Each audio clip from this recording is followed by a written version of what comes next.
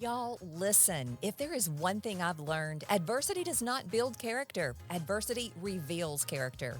I'm Barbie Bassett, and I invite you to join me and my friends, Terese Apel and Tracy Lee, as we peel back those adversity layers to see what else is revealed.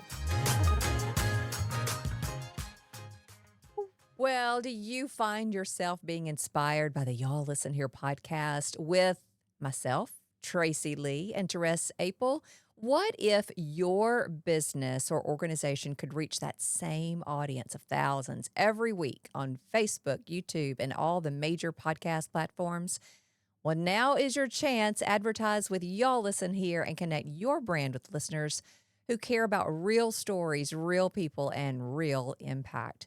You can reach out to Daniel Anderson for advertising opportunities. Call or text 601 672 6591 for more information. And speaking of, y'all listen here.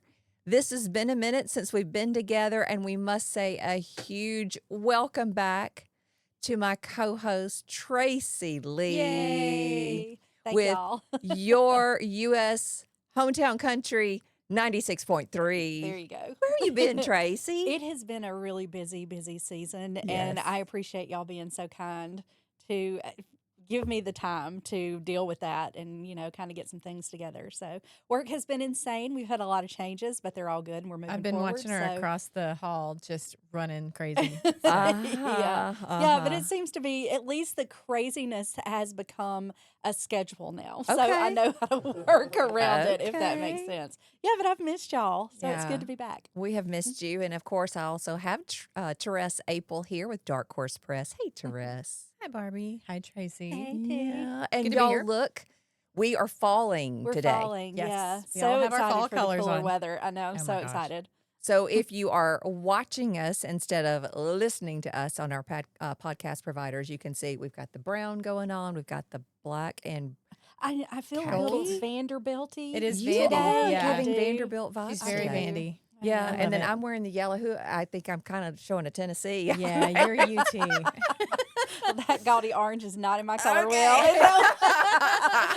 wheel. See, it is really just like old times, y'all. Yeah. It is hard to believe, but it has been 1 year since we started the Y'all Listen Here podcast with our main man, Daniel Yeah. Anderson, which let's give a big shout out to Daniel with Audio Alchemy Productions. He is our producer. And as we said at the start of this podcast, if you would like to do your own podcast, give Daniel a shout out because he's the one who makes this available for us. But over a year, now we celebrated our 1 year podiversary Yes. back in July, but we were all three kind Mm-hmm. of busy, and we thought, why not just do a look back Yeah. on the past year and how it's been? Yeah. And it's amazing to me that we're at the end of this year, and it has been a year since we've started this. Yeah. I heard somebody say that the days are long, but the years are short. Yeah. And that is so evident by how fast this has come by. But I love that we're doing this, kind of taking a look back and seeing what were the most listened to episodes that we did and just kind of reevaluating where we are with those. Well, and not only that, I want to throw back to even before that when we would have lunch for like literally 6 months to a year before this. Then we'd be like, so when are we going to start the podcast? And everybody Yeah. would be like, I don't know, soon. And then we finally did. We finally jumped. Yeah. We did it. And so what I did is I went back and I looked at the most downloaded, the most listened to, and the most watched podcast episodes that we've had over the last year to see the top 5. Are y'all ready? Yeah. Let's go. I feel like we need a drum roll. Okay, coming in 5th place, episode number 17. And that was, how do you gracefully navigate changes when your friend circle gets smaller? And we talked about how we're all three going through similar but different phases. And what happens? Why is it the older we get, the fewer friends that we have? And is that okay? I think it's okay. I think it's just a sign of wisdom. You Ooh, just that's good. keep your circle tight Mm-hmm. because it's hard to trust people, and there's so much hurt anyway that we're dealing with outside sources, whether it's family or work or whatever that we can't control. I think controlling who we share our life with just becomes more important, and the screening process becomes a little more difficult. And don't you think, Therese, again, to what Tracy said, the older we get, the more we realize what we like Yeah. and what we don't like? I think so. And I want to deviate a little bit though, because I mean, I'm not okay with how my friend circle has gotten smaller. I'm lonely all the Mhm. time. I don't have people I can just call and go do stuff with, or even frankly call when I've got something I need to talk out. Okay, you've got So- Tracy and I here. Right, Yeah. right. But I mean, We're girls. it's we don't anymore. And this feels like it's too personal, but we don't anymore like go sit down at lunch and like we haven't done that in so long. Mhm. You lose that contact. So I feel like part of the reason sometimes that your friend circle gets small is just lack of communication. There are the people you can. I mean, I think we could all sit down and pick right back up. I don't Yeah. mean that. Yeah. But I do mean it's hard to, when everybody's running in different directions and you don't intentionally make time, it's like you do find yourself in a place where it's like, well, I don't know who I could actually call right now that wouldn't be busy or that wouldn't, that kind of thing. Intentionality is so important. It is. To do that. But along those same lines, my circle has continued to get smaller since I've seen y'all. Yeah. And because I didn't understand why. I couldn't reason it out why this person just stopped talking to me and like blocked me on everything. And I really couldn't understand. And then realized a month later that there had been conversations had that I didn't know anything about. I didn't even know there was an issue. But it's almost like, God has heard conversations that you haven't. Yeah. And he just graciously removes people. And I didn't understand them, but I'm okay with it now. Yeah. That's a Because that came to blessing. thing. It really is. Yeah. Yeah, Yeah. it really is. There's that meme that you see on Facebook, and it's the little girl, and she's looking at Jesus, and she's got this tiny teddy bear, and she's like, but I don't want to give it up. And he's got a great big one behind his back. And I feel like we do that with people sometimes, And females have the hardest time letting go because Yeah. we want all God's children to be happy. Yeah. And most of us wear our heart on our sleeve. And it's Yeah. hard when we have those changes in friendships and friendship circles. But I also have to say thank you to both of you that when we do get together, Yes. when our schedules align, we just pick right back up where Absolutely. we last left. And those are the friends that you carry with you into the next season. That season doesn't stop because Right. I think all three of us have had those issues where the season has stopped Mm-hmm. and it's a new season and you're not with those people anymore Right. for Yeah. whatever reason. So, but yeah, that came in at number 5. Okay, Wow. here's number 4, episode 6. So this was fairly early on. This was about the complexities of dealing with hurt. Whether you're healing from a past wound or navigating current challenges, it was a conversation that we talked about.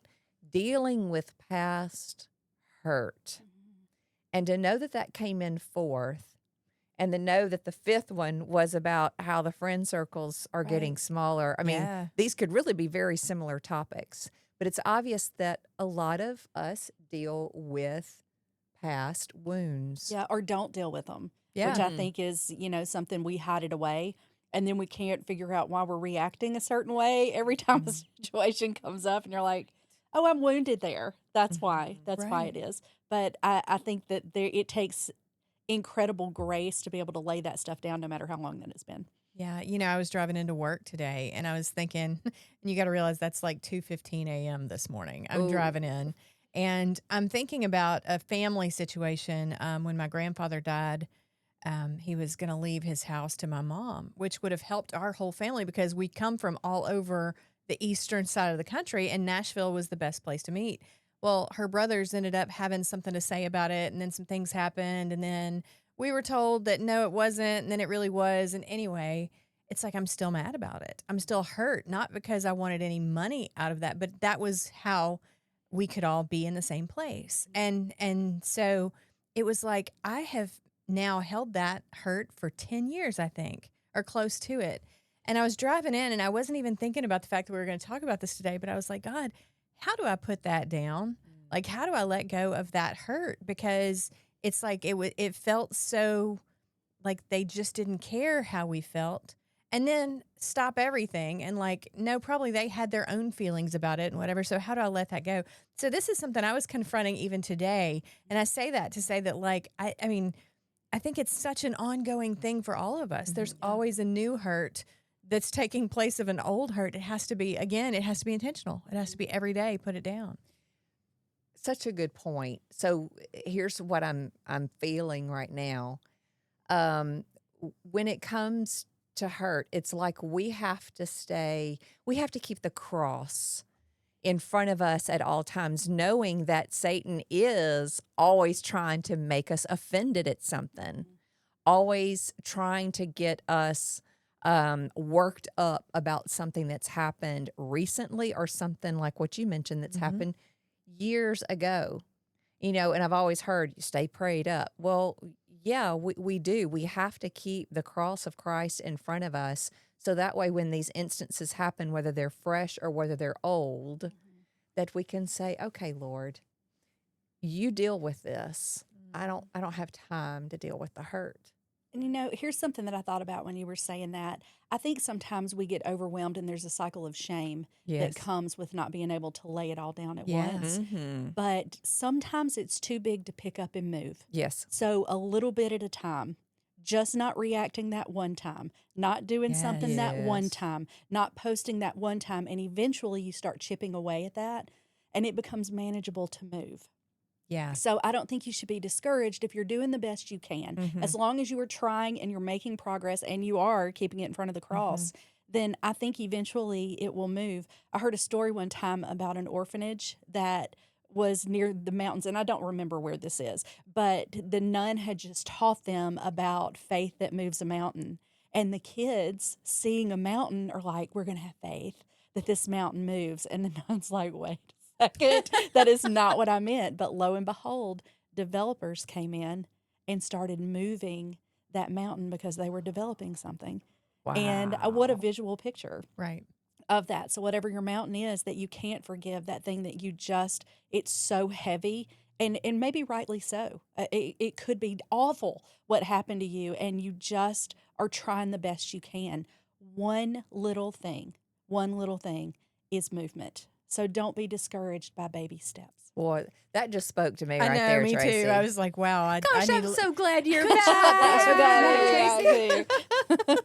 that was awesome. No, that really just spoke to me.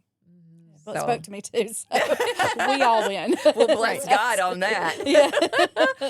Okay, coming in at number 3, episode number 19, when someone loses a loved one, a job, or their sense of belonging, who shows up? Yeah.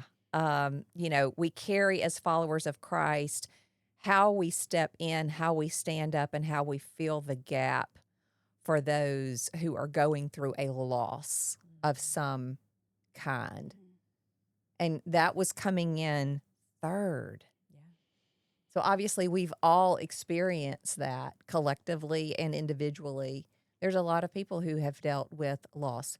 You've dealt with the loss of both parents. You've had a beloved uncle, and losing one of your sweet puppies, over the last year. Yeah. Me losing my career, Yeah. Which is almost 3 years devastating. ago. It's just as devastating as losing a person.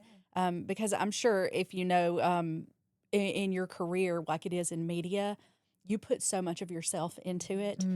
It is, it's terrifying what happened to you from somebody else Yes. that's in media, because your life, all of the time that you spent away from your family, the sacrifices that you made is gone just like that. It's terrifying. Yes, it is.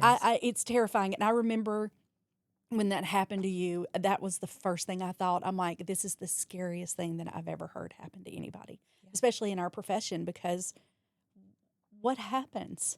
Right. What happens? Well, and I think that's where, I mean, and in a case like yours, Barbie, the truth was so important. Yeah, I mean, like, yeah. as we've talked about, you and I weren't that close when it happened, but I knew the truth of who you were was not what was being said.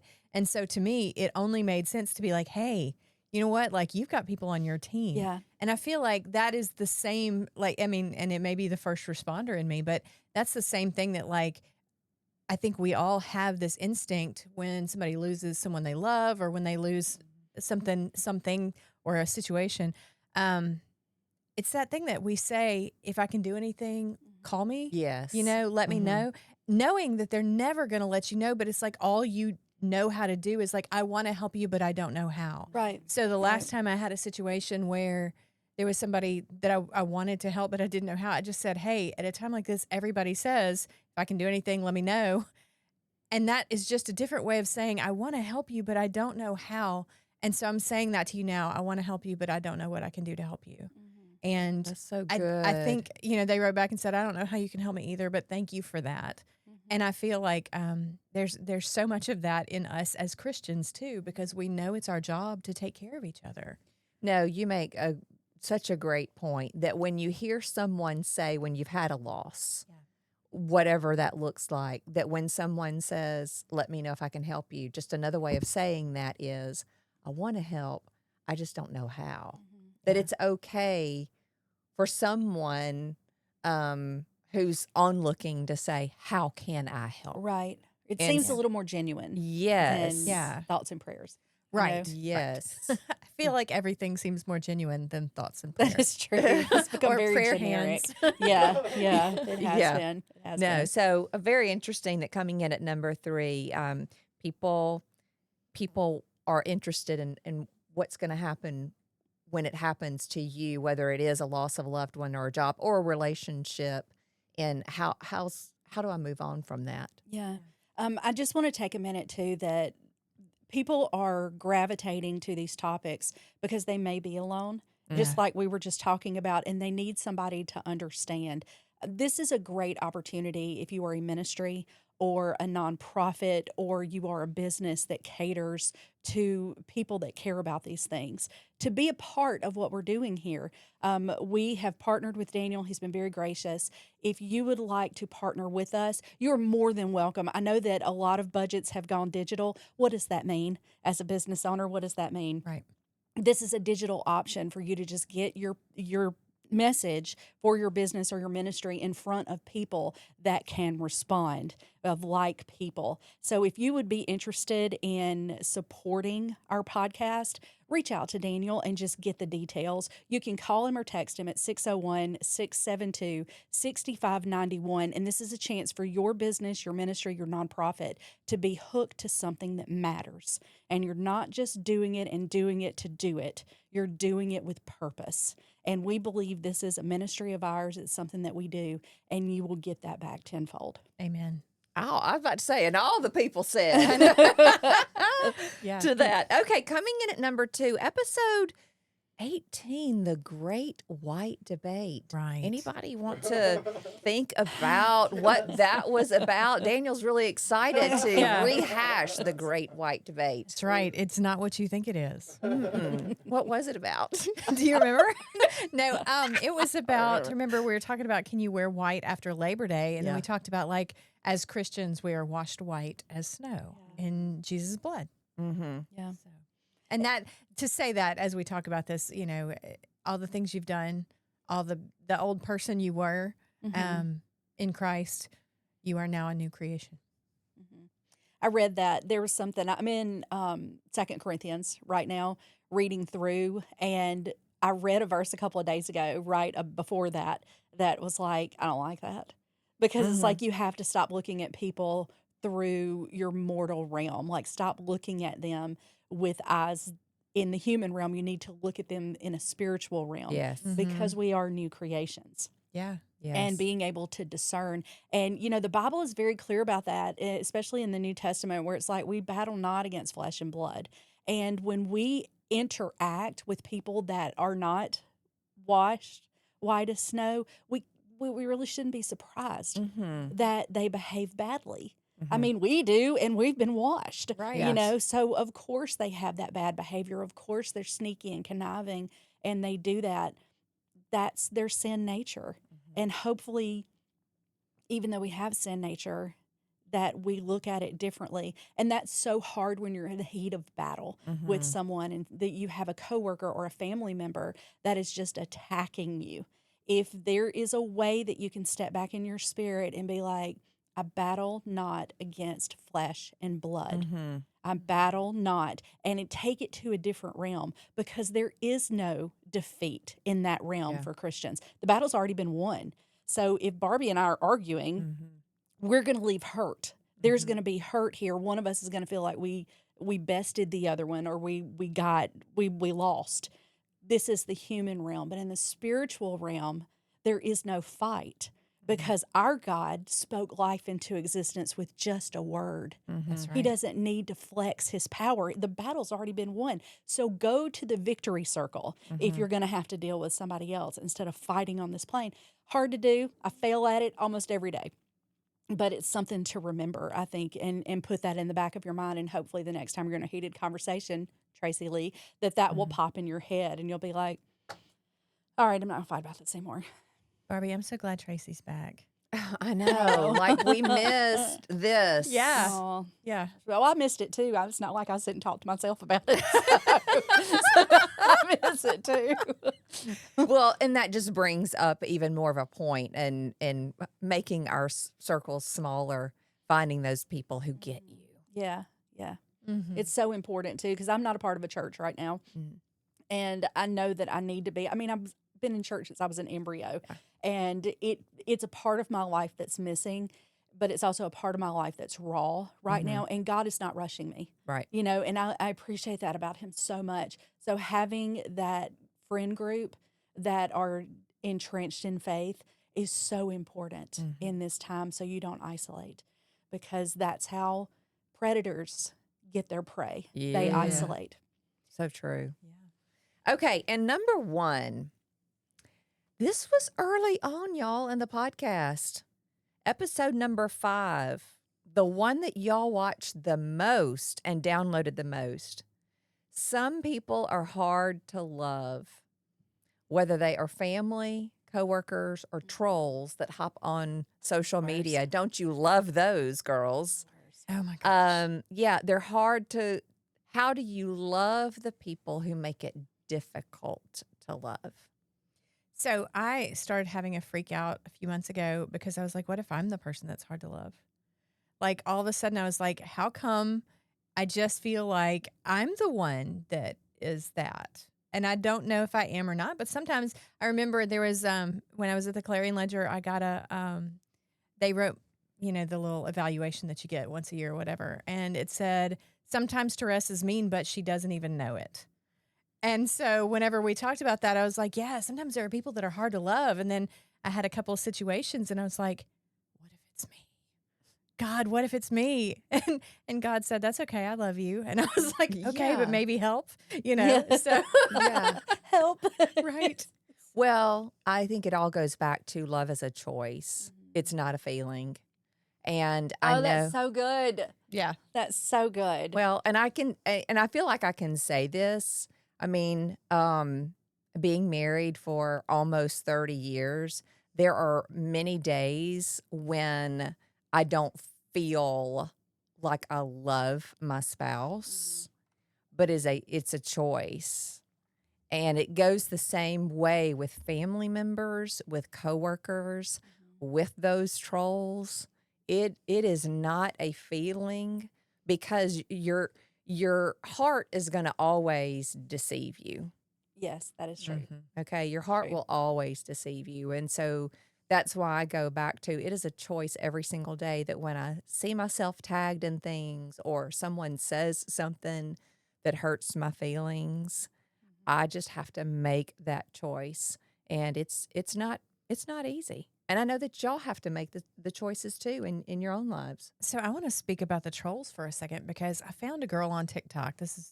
Bear with me for a second. So she was a witch for 15 years and then found Christ. And one of the things she talked about, she did like a series of TikToks. It's like things that, based on my experience in the occult, that I know to be demonic. And one of them was arguing on social media.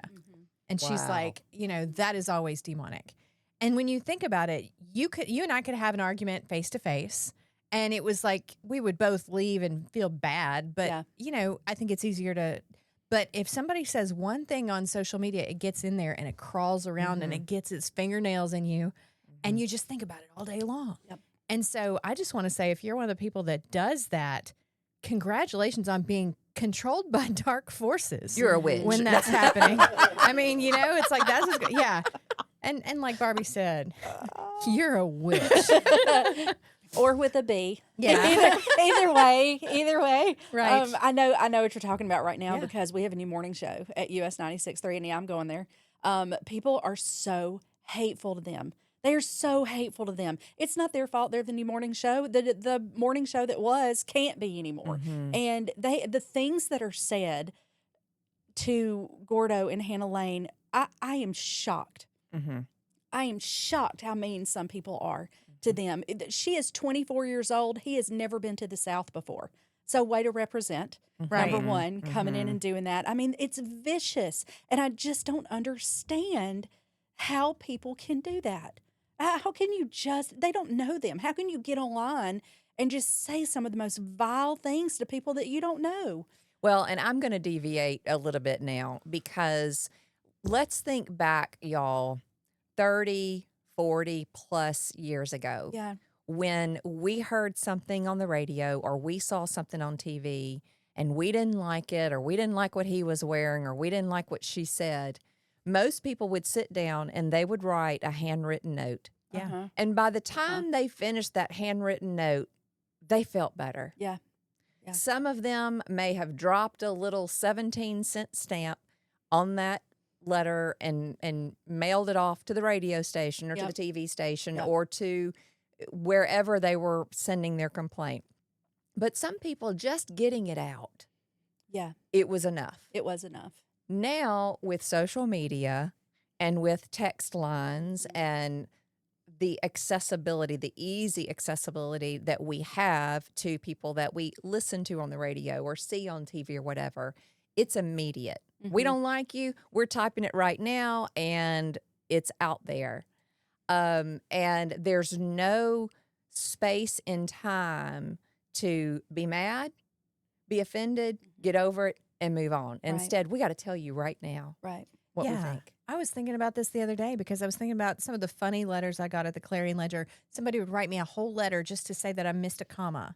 And it almost always started, I'm a retired English teacher. Mhm. And I would always write back and be like, I am a former English teacher. Yeah. So, but yes, I mean, it was something so different. And I was thinking of it in terms of like, they would write me a whole letter about one comma. Now they don't care about any of that. They care more about like, what do I look like? Or, whatever like that. And that's what I don't understand about the world today is why are you so focused on tearing down other people? What if we spent all that energy building each other up? Or what if we spent all that energy just taking a moment and say, Dear Lord, before I write this message on Facebook or before I call in to the radio station, help me. Yeah. Yeah. Because in the same time that you are to, as MC Hammer would say, bust up a prayer, Right. I'm going old school.